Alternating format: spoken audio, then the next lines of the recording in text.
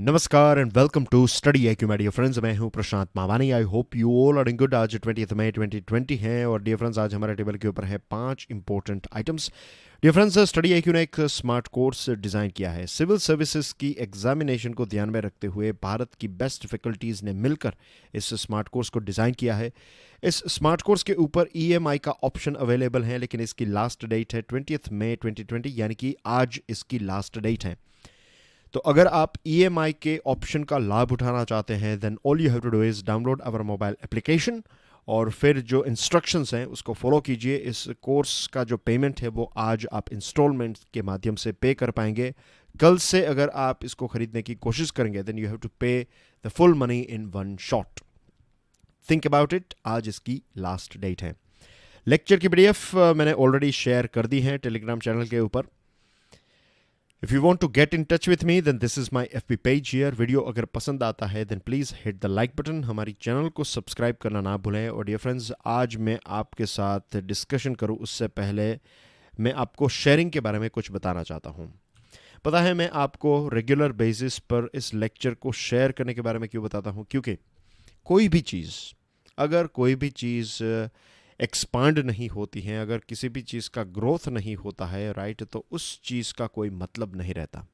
आप किसी चीज़ पर लेट्स से कि आपने कोई पैसे जो हैं किसी एक जगह पर इन्वेस्ट किए तो उसमें कोई रिटर्न ही आपको नहीं मिलता है, एक स्टैटिक रिटर्न मिलता है, तो फिर आप क्या करेंगे? आप उस चीज़ को डिसकंटिन्यू कर देंगे, isn't it? I am not saying कि ये सीरीज़ बंद होने वाली है, राइट, ऐसी कोई बात नहीं है। I am not trying to blackmail you as well here. मैं तो आपको सिर्फ यही समझा रहा हूँ कि मेरा मानना है, आई स्ट्रांगली बिलीव इस सीरीज़ में मुझे पूरा कॉन्फिडेंस है कि ये सीरीज़ बहुत सारे स्टूडेंट्स की जो एक अंडरस्टैंडिंग है उसको बूस्टअप कर सकती हैं, उनकी नॉलेज को एनहेंस कर सकती हैं। और ये चीज़ तभी हो सकती है जब आप इस सीरीज़ का साथ दें, आप मेरा साथ दें, आप सीरीज़ का साथ दें। अगर आपको लगता है कि इस सीरीज़ को दूसरे स्टूडेंट्स को पहुंचाया जाना चाहिए तो आप इसको रेगुलर बेसिस पर शेयर ज़रूर करें। अगर आप इसको शेयर नहीं करेंगे तो ये सीरीज़ जो है वो एक्सपांड नहीं होगी। आज तक इस सीरीज़ को समवेयर अराउंड 10,000 के प्लस 10,000 से भी ज़्यादा व्यूअर्स जो हैं वो मिलने चाहिए थे, लेकिन मुझसे जो हो सकता है वो सारी चीज़ें मैं करता हूँ। और जिस प्रकार से लाइक्स मिलते हैं, जिस प्रकार से आपके रिव्यूज़ मिलते हैं, तो उससे एक चीज़ तो मुझे भी कॉन्फिडेंस आया है कि इस सीरीज़ में ऐसी कोई खामी जो है वो नहीं है। एक चीज़ अगर हम ट्राई करें, हम मिलकर, कि अगर आप इस सीरीज़ को, इस वीडियो की PDF को दूसरे स्टूडेंट्स के साथ शेयर करें, तो मुझे लगता है कि एक महीने के अंदर हम डेफिनेटली 3-4,000 जितने एक्स्ट्रा व्यूज़ इसमें हासिल कर सकते हैं। तो प्रश्न ये है कि क्या आप इस सीरीज़ को आने वाले एक महीने तक रेगुलर बेसिस पर शेयर करेंगे? अगर आप करेंगे then we will together see a big result. तो डियर फ्रेंड्स, आज का पहला हमारा जो टॉपिक है वो है Fitch on Indian package. Fitch के बारे में आप जानते होंगे, इससे पहले हमने फिच के बहुत सारे रिपोर्ट्स जो हैं उनको एनालाइज किया है। फिच एक मैक्रो इकोनॉमिक और इंडस्ट्री रिसर्च फर्म है।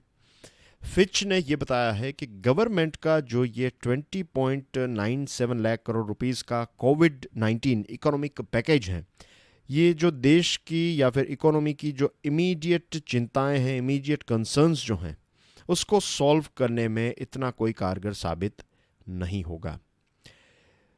फिच ने यह भी बताया है कि इस पैकेज के बारे में गवर्नमेंट ने ये क्लेम किया है कि ये GDP के 10% जितना है, लेकिन एक्चुअली गवर्नमेंट जो है वो GDP का सिर्फ 1% ही इंजेक्ट कर रही है। आपको पता है कि मिस्टर मोदी ने 12 मई को 20 लाख करोड़ रुपीस का या फिर हमारी GDP का लगभग 10% जितना एक ऐलान किया था कि इतना बड़ा स्टिमुलस पैकेज जो है वो भारत सरकार रिलीज़ करने वाली है। और 5 ट्रेंचेस में इसके बारे में हमें इन्फॉर्मेशन भी प्रोवाइड की गई थी बाय फाइनेंस मिनिस्टर।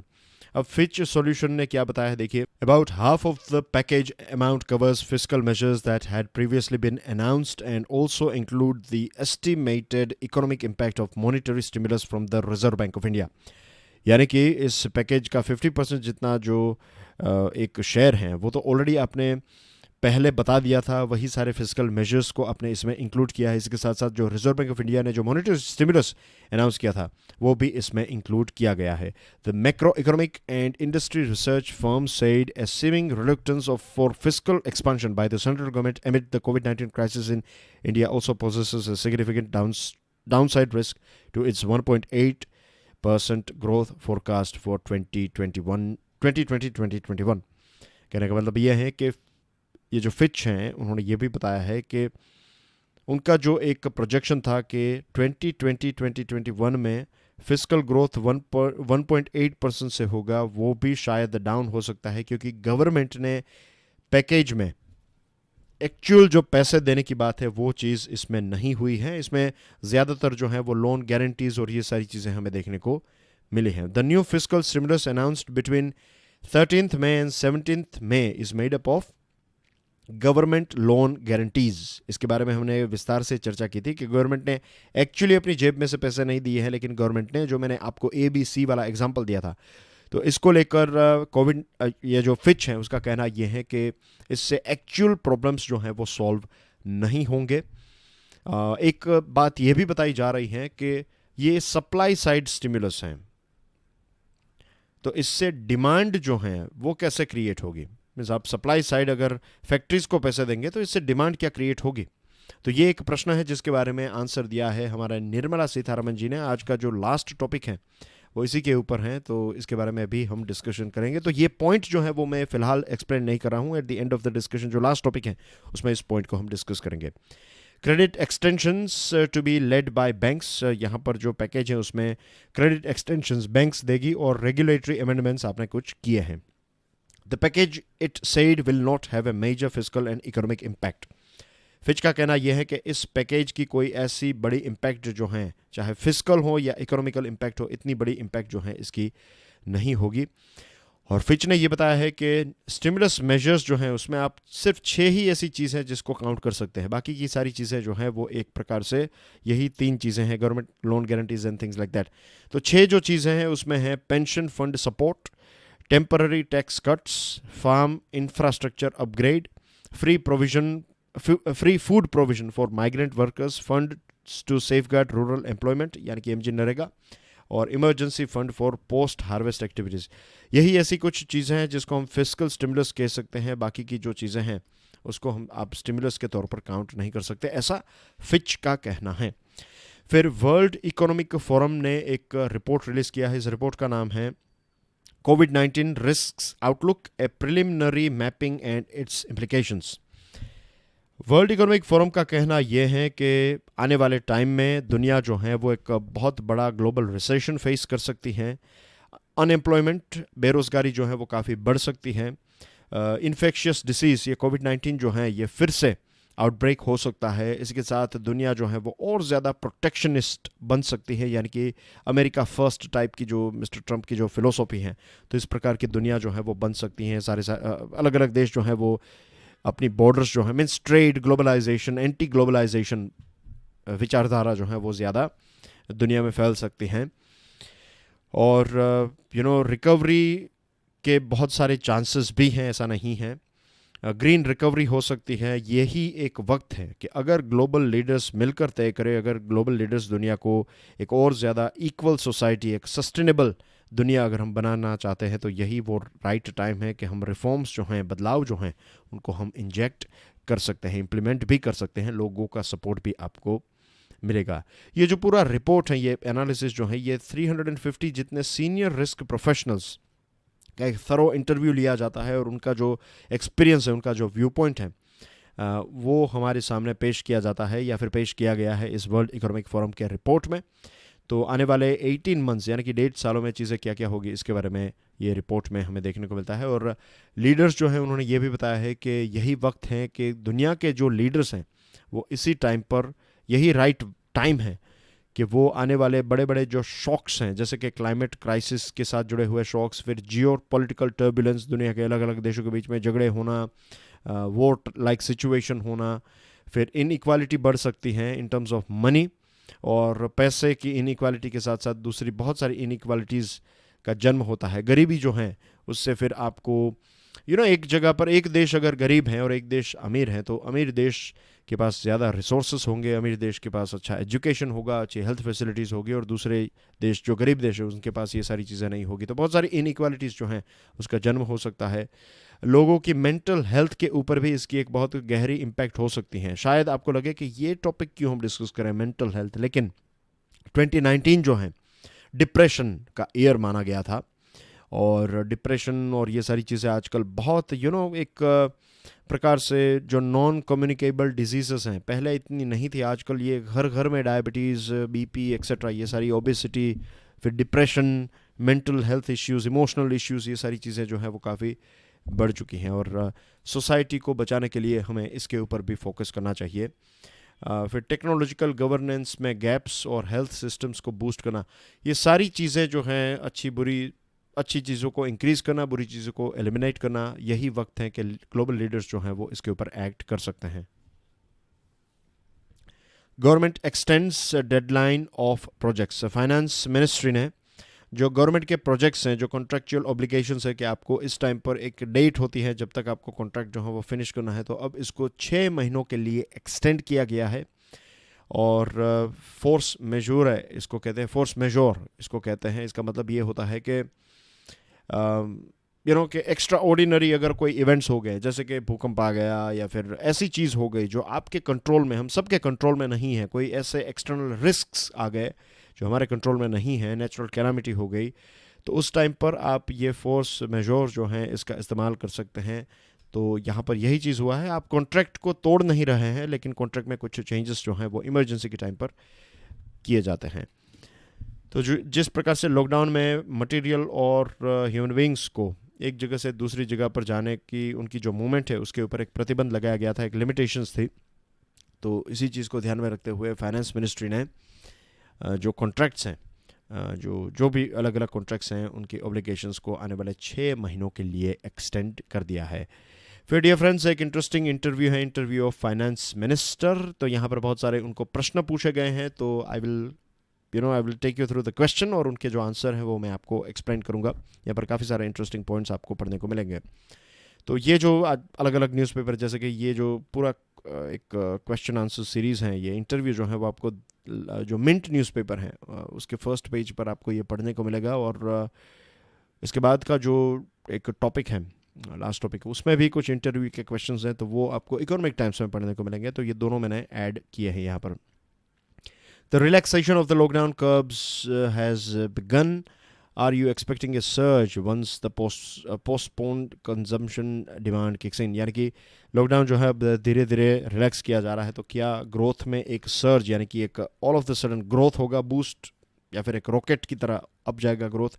तो फाइनेंस मिनिस्टर ने ये बताया है कि चीज़ें जो हैं वो ग्रेजुअल होगी, ग्रेजुअल यानी कि स्टेप बाय स्टेप हमें ग्रोथ देखने को मिलेगा। सबसे बड़ा इशू जो है वो है लेबर कंपोनेंट का। बहुत सारी जगहों पर मज़दूर जो है वो अवेलेबल नहीं है, तो बहुत सारी कंपनीज जो हैं वो लोकल लोगों को ट्रेन कर रही हैं, रीस्किल कर रही हैं, उनकी स्किल को अपग्रेड कर रही हैं, ताकि या तो अपना ऑपरेशंस की शुरुआत कर दे। बहुत सारी जगहों पर ये चीज़ नहीं की जा सकती, तो फिर वेट एंड वॉच कर रहे हैं कि जो मज़दूर अपने गाँव वापस चला गया है, तो वो जब वापस जल्द से जल्द आएगा तब हम प्रोडक्शन जो है या फिर ऑपरेशन जो है उसको फुल फ्लेज में बैक ऑन ट्रैक लाए।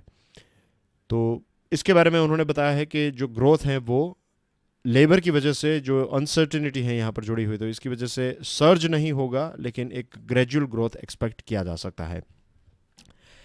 India INC is not pleased that they missed the stimulus बस। जो बड़ी बड़ी कंपनीज हैं उनका कहना यह है कि एक स्टिमुलस जो है वो इतना ज़्यादा नहीं दिया गया, या फिर उनको ध्यान में रखते हुए इतना कोई बड़ा स्टिमुलस जो पैकेज अनाउंस नहीं किया है। तो यहाँ पर फाइनेंस मिनिस्टर ने ये बताया है कि ये सारी डिस्कशंस जो हैं वो उनके साथ की गई थी। फाइनेंस मिनिस्टर ने उनके साथ मीटिंग्स की थी, उनके व्यूज़ जो हैं उनको वेलकम किया था, और सारी चीज़ें, सारी इंडस्ट्रीज़ और सभी को सुनने के बाद ही गवर्नमेंट ने ये डिसीजन लिया है। इसके साथ उन्होंने ये भी याद दिलाया कि कॉरपोरेट टैक्स रेट जब हमारे देश में ज़्यादा था, तो बिजनेसेस ने बताया कि कॉरपोरेट टैक्स को कम किया जाए, तो उन्होंने कम किया। तो क्या उसके बाद all of the sudden businesses जो हैं, एक लंबे टाइम से ये कॉरपोरेट टैक्स को कम किया गया है, तो ये क्या उन्होंने उनके जो पैसे बचे तो उन पैसों से उन्होंने क्या फ्रेश इन्वेस्टमेंट किया? The answer is no. उन्होंने नहीं किया। तो मीन्स गवर्नमेंट उनको सुन रही है, गवर्नमेंट वो जो कहते हैं वो करने के लिए भी तैयार है, लेकिन उसके बाद उनको भी ड्रास्टिक स्टेप्स जो हैं वो उठाने चाहिए। One charge being levelled against you is that you are a fiscal hawk. Fiscal hawk का मतलब यह है कि आप फिस्कल जो एक मैनेजमेंट है या फिर उसके रूल्स एंड रेगुलेशंस हैं उसके बाहर नहीं जाते हैं। तो यहाँ पर उन्होंने बताया कि ये तो एक अच्छा पॉइंट है। उन्होंने ये बताया कि I am dealing with public money, I am dealing with money every penny of which I am answerable to, I have to be cautious. यानी कि ऐसे ही पैसों का फ्लो जो है वो इंक्रीज़ नहीं किया जा सकता, क्योंकि वो पब्लिक मनी के साथ डील कर रहे हैं। तो एक एक पेनी जो है, एक एक पैसा जो है, उसको उनको सोच समझ कर खर्च करना पड़ता है, क्योंकि वो उनका नहीं है, वो देश का पैसा है। So you are not ruling out more measures. हाँ, और ज़्यादा मेजर्स जो हैं वो लिए जा सकते हैं। इट ऑल डिपेंड्स कि किस प्रकार से चीज़ें जो हैं आगे होती हैं। How will you be funding this stimulus package is monetising the deficit on the cards. उन्होंने बताया कि सारे ऑप्शंस जो हैं वो खुले हैं। इट ऑल डिपेंड्स कि कहाँ पर फ्यूचर जो है आने वाले टाइम पर डायरेक्शन जो है दुनिया की या फिर देश की किस प्रकार की होगी, क्या चीज़ें हमारे साथ होगी। तो जो रास्ता होगा उस हिसाब से डिसीजंस जो हैं वो लिए जाएंगे। What is your assessment for the next 3 months, आने वाले 3 महीनों का आपका असेसमेंट क्या। उन्होंने ये बताया कि असेसमेंट करना जो है वो काफ़ी मुश्किल है, क्योंकि ये पेंडेमिक जो है वो हमारे साथ थोड़ा और वक्त जो है वो शायद रहेगा। तो वी डोंट नो कि सेकंड वेव इसकी होगी, थर्ड वेव होगी। जब तक इसकी कोई वैक्सीन या फिर दवाई नहीं मिलती है तब तक हमें इसके साथ जीना पड़ेगा। तो we don't know. Are you prepared to give tariff protection. अगर ज़रूरत पड़ी तो सरकार जो है वो टैरिफ प्रोटेक्शन यानी कि इंपोर्ट ड्यूटीज़ को इंक्रीज़ करेगी, ताकि हमारी जो लोकल इंडस्ट्रीज़ हैं उनको हम ग्रो करने का मौका दें और उनको एक्सपांड होने के लिए एक प्रोटेक्टिव एनवायरनमेंट प्रोवाइड करें।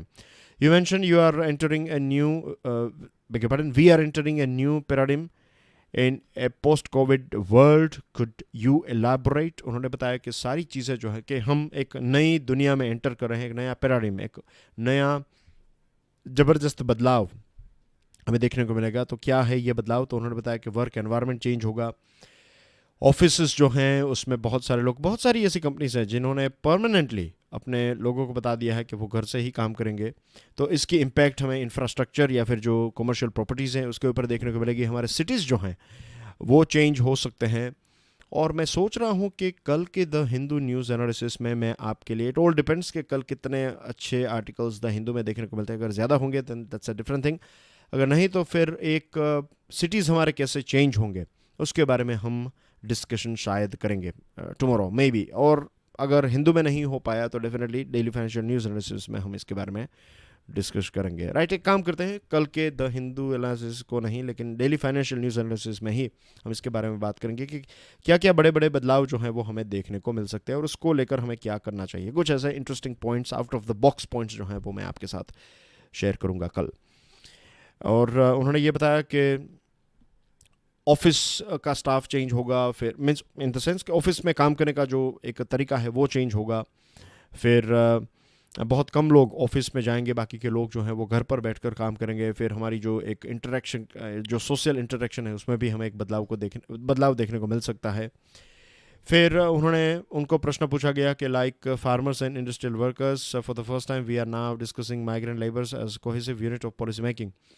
उन्होंने ये बताया कि ये जो माइग्रेंट वर्कर्स हैं वो अपना गांव छोड़कर, अपनी जगह छोड़कर क्यों जाते हैं, क्योंकि उनको अपने लोकल लेवल पर जॉब अपॉर्चुनिटीज़ जो हैं वो नहीं मिलती हैं। तो हमें क्या करना चाहिए कि हमें उनके लिए job opportunities grass root level पर क्रिएट करनी होगी। ये होगा हमारा फ्यूचर जो है। अब दुनिया के अलग अलग देश जो हैं वो शायद इसी चीज़ के ऊपर फोकस करेंगे कि ये जो माइग्रेशन है एक लंबे टाइम से चल रहा था, तो अब ये माइग्रेशन को रोका जाए, ये उनके ही हित में है। अगर आप वही वेल पेड जॉब्स जो हैं उनको उनके गांव तक पहुंचा सकते हैं, मीन्स ऐसा नहीं है कि हर एक को मिल जाएगी, लेकिन लेट्स से अगर 100 में से अगर आप 50 लोगों को भी वो जॉब्स जो हैं वो वहाँ पर उनके गांव या फिर नज़दीक के गांव में पहुँचा सकते हैं, प्रोवाइड कर सकते हैं, तो फिर उनको सारी चीज़ें छोड़कर, अपना परिवार, अपनी लाइफ, ये सारी चीज़ें छोड़कर शहर पर नहीं आना पड़ेगा और बाकी के जो लोग हैं वो शहर पर आ सकते हैं। तो डीकंजेशन भी होगा। तो ये एक चीज़ है जिसके ऊपर हमें फोकस, सरकार जो है वो फोकस करेगी। इसके अलावा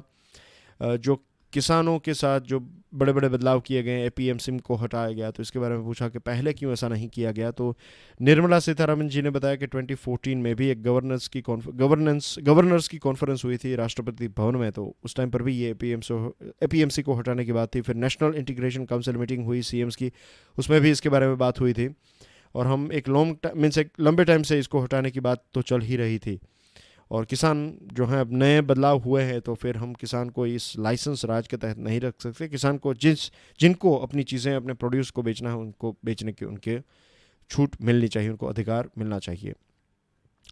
फिर एंटाइटलमेंट के बारे में बताया है, यानी कि जो एक एंटाइटलमेंट यानी कि बेनिफिट्स वर्सेस एम्पावरमेंट। अगर आप उनको फ्री में चीज़ें देंगे, डोल्स देते रहेंगे, तो फिर लोग जो है वो अपने पैरों पर कभी खड़े नहीं रहेंगे। तो इसके बारे में उन्होंने बताया कि प्राइम मिनिस्टर जो हैं मोदी साहब, वो एंटाइटलमेंट में भरोसा नहीं रखते हैं, वो एम्पावरमेंट पे भरोसा रखते हैं। लेकिन इसका मतलब ये नहीं है कि हमें बेनिफिट्स नहीं देने चाहिए। फ़िलहाल हमारे देश की सिचुएशन ऐसी है कि हमें लोगों को बेनिफिट देना पड़ेगा, उनको हैंड होल्ड करना पड़ेगा, उनकी मदद करनी पड़ेगी। लेकिन धीरे धीरे हमारा जो लॉन्ग टर्म विजन है वो यही होना चाहिए कि लोग जो हैं वो अपने खुद के पैरों पर खड़े हो जाएं। हम ऐसी अपॉर्चुनिटीज़ प्रोवाइड करें कि उनको मनरेगा और इन सारी चीज़ों का सहारा लेना ना पड़े। भविष्य तो हमें इसी चीज़ के ऊपर फोकस करना चाहिए, इज़न्ट इट। और उन्होंने ये भी बताया कि जो एक चीज़ होती है डिग्निटी, एक हमारा मीन्स कोई भी व्यक्ति अगर खुद के भले ही थोड़े कम पैसे, लेकिन अगर वो खुद मेहनत करके पैसे कमाता है, तो फिर उसको एक प्रकार की प्राइड फील होती है, एक गर्व फील होता है कि वो अपने परिवार का ये चीज़ें मांग नहीं रहे हैं, इनफैक्ट हक से चीज़ें जो हैं वो मीन्स मनी जो है वो जनरेट कर रहे हैं। तो ऐसा एक डिग्निटी भी ह्यूमन बीइंग की उसके साथ जुड़ी हुई है। फिर उनको पूछा गया कि ये जो जीएसटी कॉम्पनसेशन जो हैं, यहाँ पर एक और चीज़ है, sorry, the politics of entitlement. तो इसके बारे में मैंने ऑलरेडी आपको बता दिया कि एक लंबे टाइम से इसका पॉलिटिक्स में भी एक उपयोग किया जा रहा था कि लोगों को जो एक एंटाइटलमेंट या फिर बेनिफिट्स देते रहिए और वो आपके ऊपर डिपेंडेंट रहेंगे। लेकिन अब चीज़ें जो हैं वो बदल रही हैं। लोग एजुकेशन चाहते हैं अपने बच्चों के लिए, गुड हेल्थ केयर और डिग्निफाइड वे ऑफ अर्निंग चाहते हैं। GST compensation to states act के बारे में उन्होंने ये बताया कि ऑलरेडी जीएसटी काउंसिल में इस चीज़ के बारे में डिस्कशन हो चुकी है कि जीएसटी के पास इतने पैसे नहीं हैं, हमारे पास जो रेवेन्यू है वो इतनी ज़्यादा नहीं है कि हम स्टेट्स को इतने पैसे दे सके। तो इसके बारे में डिस्कशन जो है वो काउंसिल करेगी, इसमें गवर्नमेंट कुछ नहीं कर सकती। काउंसिल जो है उसको मिलकर, स्टेट्स और सेंट्रल गवर्नमेंट मिलकर इसके ऊपर डिसीजन लेगी। हेल्थ इंफ्रास्ट्रक्चर के लिए और ज़्यादा पैसे जो हैं वो इंजेक्ट किए जाएंगे। और that's basically everything, right. MSMEs के बारे में पॉइंट्स हैं जिसको हमने काफ़ी डिस्कस किया है। Moving on to last item of the day, यहाँ पर लेसन्स ऑफ 2008 टू 2013। तो हुआ ये था कि 2008 और 13 के बीच में, जो 2008 के टाइम पर जो ग्लोबल रिसेशन आया, तो उस टाइम की सरकार ने बहुत बड़ा स्टिमुलस पैकेज जो है वो अनाउंस किया था। इसकी वजह से इन्फ्लेशन जो है वो डबल डिजिट में पहुंच गया। फिर बैलेंस ऑफ पेमेंट जो है वो ख़राब हो गया, कैपिटल आउटफ्लो बढ़ गया, फिर हमारी करेंसी जो है उसकी वैल्यू कम हो गई। तो ये जो पूरी चीज़ हुई थी, ये पास्ट का जो एक्सपीरियंस था, तो इसी एक्सपीरियंस को ध्यान में रखते हुए सरकार ने इतना बड़ा पैसा जो है वो इंजेक्ट नहीं किया है और गारंटीज़ और इन सारी चीज़ों का सहारा लिया है। सप्लाई साइड मेजर के ऊपर उन्होंने ये बताया कि अगर फैक्ट्रीज़ में जॉब्स जनरेट होगी, फैक्ट्रीज़ में लोग काम करने के लिए जाएंगे, तो उनके पास पैसे आएंगे तो डिमांड बढ़ेगी। तो सिर्फ सप्लाई, ऐसा नहीं है कि सप्लाई और डिमांड के दोनों के, यहाँ पर जो गवर्नमेंट का एक्सप्लेनेशन ये है, सीतारमण जी ने ये बताया कि सप्लाई साइड के ऊपर जो काम किया गया है, तो इससे लोगों के हाथों में पैसे जाएंगे, उनके हाथों में जब पैसे जाएंगे तब वो खर्च करेंगे, तो इससे डिमांड क्रिएट होगी। तो ये है पूरा सरकार का plan. And that's everything in today's discussion. Thank you very much for watching this video. God bless you all. Jai.